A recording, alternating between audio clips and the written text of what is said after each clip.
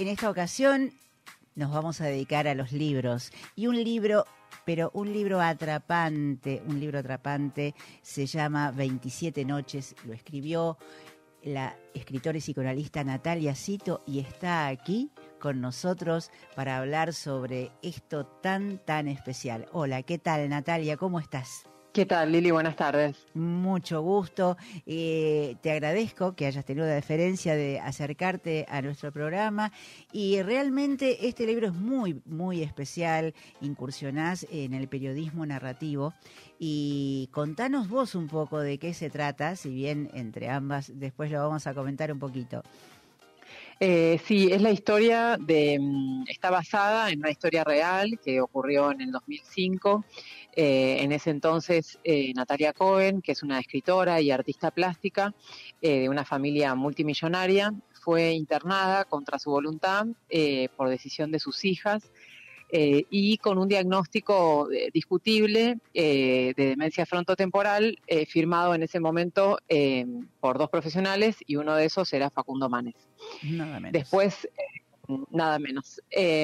Después vinieron 27 días, 27 noches, por eso se llama el libro así, de la internación, y ella consiguió salir de esa internación gracias a un operativo de prensa que organizó desde la internación junto con sus amigos, que algunos eran conocidos artistas del Ditela, de los que se conocen así como artistas del Ditela. Después vinieron toda una serie de juicios cruzados de ella contra sus hijas contra ella contra la clínica, contra los médicos, etcétera. Entonces, 27 noches es una crónica novelada, nunca sé bien cómo llamarle, si es una novela, si es una crónica novelada, se lee como una novela que está basada, es una ficción, porque finalmente, digamos, fue ficcionada, pero basada en una investigación que yo hice sobre ese caso. ¿Y qué es lo que te llevó a elegir el caso, a incursionar en este tipo de periodismo narrativo que no es el que utilizaste en otros libros de tu autoría? ¿Cómo elegiste? A mí, bueno, en principio soy alguien que me interesa con cada libro plantearme un desafío, ¿no? O sea, me interesa que cada libro sea distinto al anterior. Entonces, cuando yo ya había escrito Rara, todavía no estaba publicada, pero ya estaba escrita y terminada, en una conversación alguien me dijo, está esta historia que nadie la quiere contar. Y yo después de esa charla me fui a googlear a ver de qué se trataba. Sí me la acordaba, así vagamente, de haberla visto en los diarios, y me empecé a entusiasmar, como suele pasar en el periodismo narrativo, ¿no? Como, bueno, esta historia, bueno, nadie la quiere contar, ¿por qué? ¿No? ¿Por qué nadie la quiere contar? ¿Qué tiene la historia? ¿Por qué sería difícil contarla? Y eso fue lo primero que me despertó, y después lo que me fascinó es que era por primera vez un proyecto que hacía converger mis dos profesiones, ¿no? Psicoanalista y escritora. Era importante, digamos, tener conocimientos de salud mental, de diagnósticos en salud mental para entender algo de los hechos. También, digamos, yo entrevisté a más de 50 personas para escribir el libro, entre ellos muchos neurólogos, psiquiatras, digamos, personas que tuvieron que ver con el caso, y bueno, tener conocimiento, entender, leí muchos papers sobre demencia frontotemporal, que en principio, digamos, a priori no es un diagnóstico que estudiemos los psicólogos, menos los psicoanalistas, pero uno tiene que saber de eso, y puedo leer un paper de neurología y lo entiendo, ¿no? Y eso era un valor agregado. Yo te puedo dar mi sensación desde el punto de vista del lector, porque tuve el libro en mis manos y yo no conocía en absoluto el caso, porque en su momento, bueno, no habrá pasado por ser algo de mi interés o me pasó desapercibido. Entonces lo tomé con mucha pureza, digamos, un lector puro. Y me fue atrapando tanto la trama que yo advertía, por haber leído el prólogo, por supuesto, sabía que estaba apoyado en un caso real, pero yo me encontraba con una cercanía con los datos, con un detalle tan complejo que, como vos misma dijiste, ¿no? Cambiar los nombres, pero con una delicadeza de construir una ficción muy cuidada, ¿sí? Para que todos los nombres fueran diferentes, pero ¿qué importan los nombres? Decís en una parte. ¿Qué importan los nombres? Lo que importa es lo que sucedió. Y desde ese lugar O sea, lo seguí como una novela policial, pero sabiendo que me estabas aportando realidad desde casos como el diario, como la prensa y demás, hasta que, bueno, después el análisis, yo agradezco el análisis que haces en el posfacio y en la última parte, porque documentás todo lo que se ha dicho de la parte, digamos, de la parte científica en este libro. Y es muy completo, es muy, muy completo.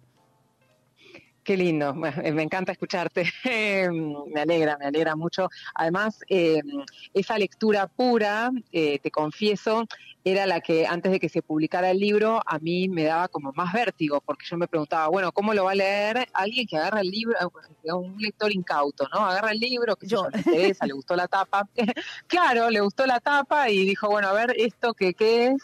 Y esa es la lectura que a mí más temor me daba, porque bueno, no sabía bien, digamos, lo habían leído personas todas que conocían la historia y bueno, y se habían apasionado con eso, entonces me alegra mucho que se lea así, porque es la lectura que a mí más me interesa, digamos, ¿no? Porque sí, qué importan los nombres tiene que ver con eso, con que yo escribí esta historia porque me pareció una historia útil, ¿no? Me parecía que era importante contarla, me parecía que era importante pasarla a un dominio público, ¿no? Que pasara a estar disponible para tantas personas que les puede haber pasado una cosa por el estilo, y sobre les todo puede estar por pasar. Y las relaciones entre maternidad y maternidad, los hijos, la vejez, la demencia, cuántos habrán sido encerrados por un mayor beneficio, porque lo complejo, ¿no? Aparte de la salud mental, de las relaciones interfamiliares que se dan en muchos casos, y bueno, y los intereses creados, cada detalle lo cuidaste muy bien y te lo agradecemos. Bueno, muchas gracias. Sí, incluso a veces, si no encerrados, juzgados, ¿no? Sí. Llega un momento de la vida en donde aparece el qué hacemos con mamá, qué hacemos con papá, nos parece bien, nos parece mal lo que está haciendo, y a mí me parecía que el libro podía cuestionar eso, ¿no? Al menos plantear preguntas. Yo siempre digo que yo escribo para fundar preguntas. Exactamente. Y eso me pareció una historia, bueno, que tenía esa, que podía llegar a tener esa virtud si me salía bien, ¿no? Si conseguía hacer lo que me proponía. Y también me alegro con lo que decías de la ficción, porque bueno, finalmente la forma de ficción, o sea, que no haya sido publicado como crónica. Funcionó. Sí, lo pienso como Saer, ¿no? Que dice que la ficción multiplica las posibilidades de tratamiento de la realidad. Es decir, o sea, dialoga con la realidad, pero expande el asunto de una manera mucho más interesante que si nos quedamos ahí atados a quién hizo tal cosa, qué pasó, en qué fecha, ¿no? Claro. A los datos.